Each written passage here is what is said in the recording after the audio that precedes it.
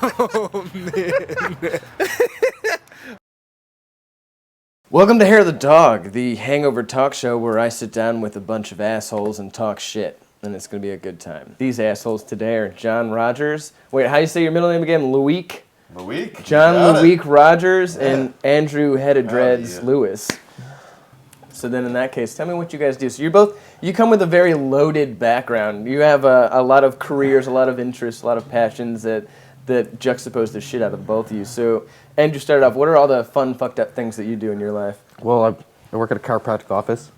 I've been working in the medical field for 7-8 years now, which is kind of crazy. Like having all the tattoos, having, the hair. It's kind of, people are like, ooh, voodoo witch doctor. But, do that during the week and then valet on the weekends at, a couple restaurants. And, I mean, who doesn't like to drive, a couple expensive other people's cars? Yeah, other people's cars, period. Right. And then, like, every now and then I still, do some deliveries on my bicycle. What about you, Levi's?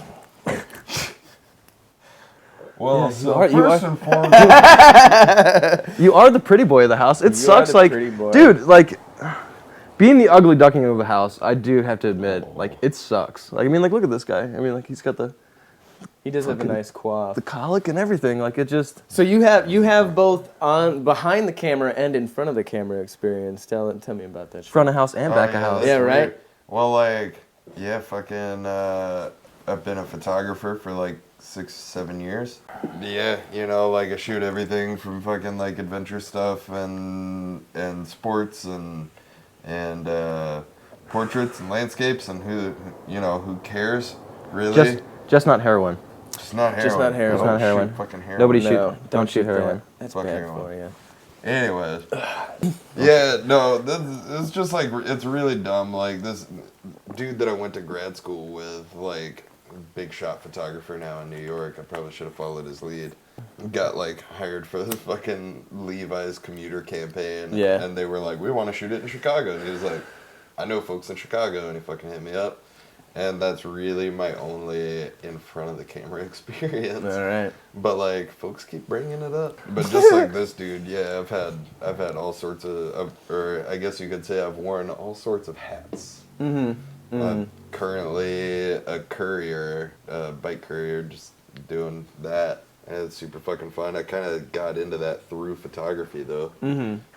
So, why do you guys like the mess life so much? What's so intriguing about riding on your bike all day long, taking on the weather, being assaulted by, drivers and pedestrians alike, and then getting tipped for shit? No boss and fighting back. Yeah, the freedom. I mean, like, I got into the mess life. I was kind of like, I mean, I can't really say I was going through a midlife crisis, because here I am, like, Quarter life crisis, like my yearly crisis. Yeah, right. I was working for a really, like, just parasitic, just terrible company, and it just really gave me this foul taste in my mouth. And came across Raptor, and they were like, oh yeah, ride your bike and make your own hours, do your own thing, and it was just like, yeah, fuck it, like, let's do it, and then the winter came, and then the snow fell. And then the cold came, and then the doors got slammed in your face, and there was like the constant fuck you, and it was more motivating. It's almost like in the winter being a messenger has this gladiatorial aspect to it, like, but that freedom. Yeah. I mean, like, it's you in the road, it's you in the sun, or it's you in the darkness. All right, so give me real quick your worst and your best cycle story. Oh God, can I start? Yes. Please? Yeah. He's got the good ones. Yeah? Yeah. Yeah, dude, I had my face shattered. Oh yeah, tell me all about that. That was like prior to being a messenger. Like that was. Oh really? I thought it was you were delivering at the time. No, I wasn't. I wasn't shit. delivering at the time. I just left my first medical job. Like I said, that whole midlife crisis, quarter life crisis thing. And like I was coming home one night. All of a sudden, car turns left in front of me. Broke basically my jaw from here to here into like 8 separate pieces. Almost every bone in my nose, both orbitals. Got a plate here. I spent 3 days in a non-medically induced coma. When my mom showed up, they were like, "Yeah, like we have your son. He's alive. We don't know if or when he'll wake up, but yeah, he's here. We got him." Mm-hmm. And it was kind of like after that, I kind of had this fear. I was afraid. I was like, "Man, I don't know if I want to get back on a bike again." Mm-hmm.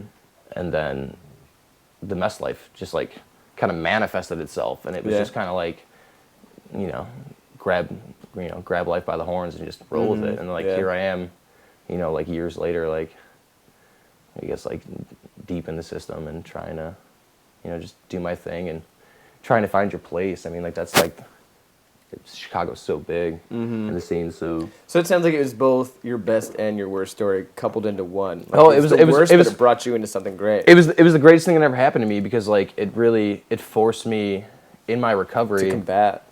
Well, it was me and myself. Like I was in between living situations, and I spent a lot of time just like fighting my own demons, and just like.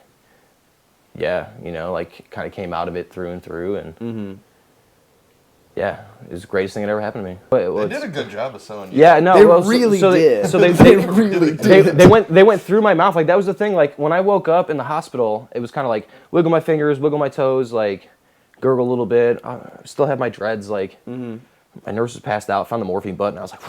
And I woke up the next morning, and that was when my surgical team was like, "Yeah, we were gonna lance your face open. They were gonna basically shave my head." And then peel it off, reconstruct my face, and then like put it back together, and then just like leave me like that. And I was like, I'm glad I woke up. Thanks, guys. Like, and there's my mom and my brother just like sitting there going, just wake up, just wake up, just wake up. So what did you do instead then? Well, they ended up. So I woke up and they were like, yeah, so like we can do this, or we can try, an alternative thing. And I'm like, let's try the alternative thing. What are we doing? And there was like the little guy in the corner. And he's like. Yeah, we can go in through your mouth. And I'm like, yeah, I like that guy. Yeah, speak up, please. And yeah, they ended up, going through my mouth. And I mean, like, yeah, it saved. It's fucking gnarly. A lot of my face. But yeah, like if you look at the photos from like where I'm like lying on my deathbed and like my whole body's all swelled up. I mean, like the person left me there to die. Like, what a dick.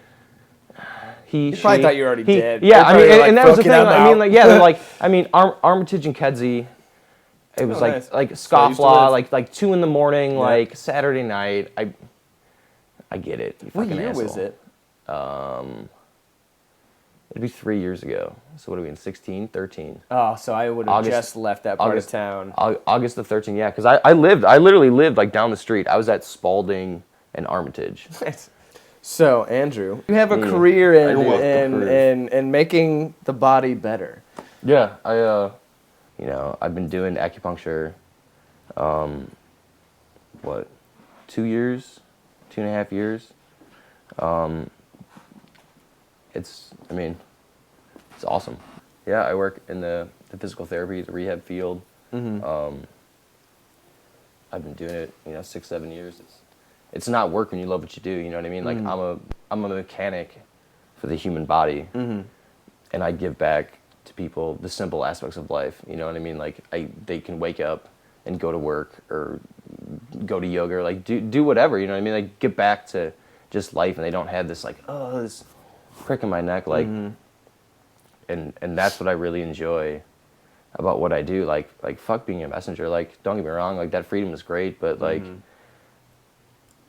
taking the time away from what I do gave me an appreciation for the ability and like the key attributes to myself that I have that I can contribute to other people. And it was just kind of like, all right, yeah, like why not like be advantageous in it instead of being this like asshole about it.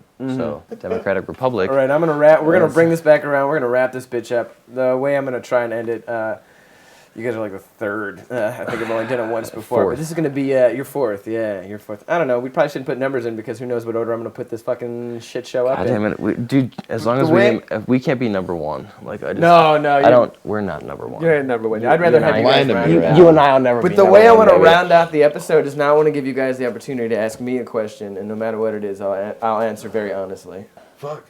I gotta ask this. Oh. Have you ever put your own finger in your own butthole? Yeah, totally. Sick! Yeah, feels all great. Right. What does it smell like?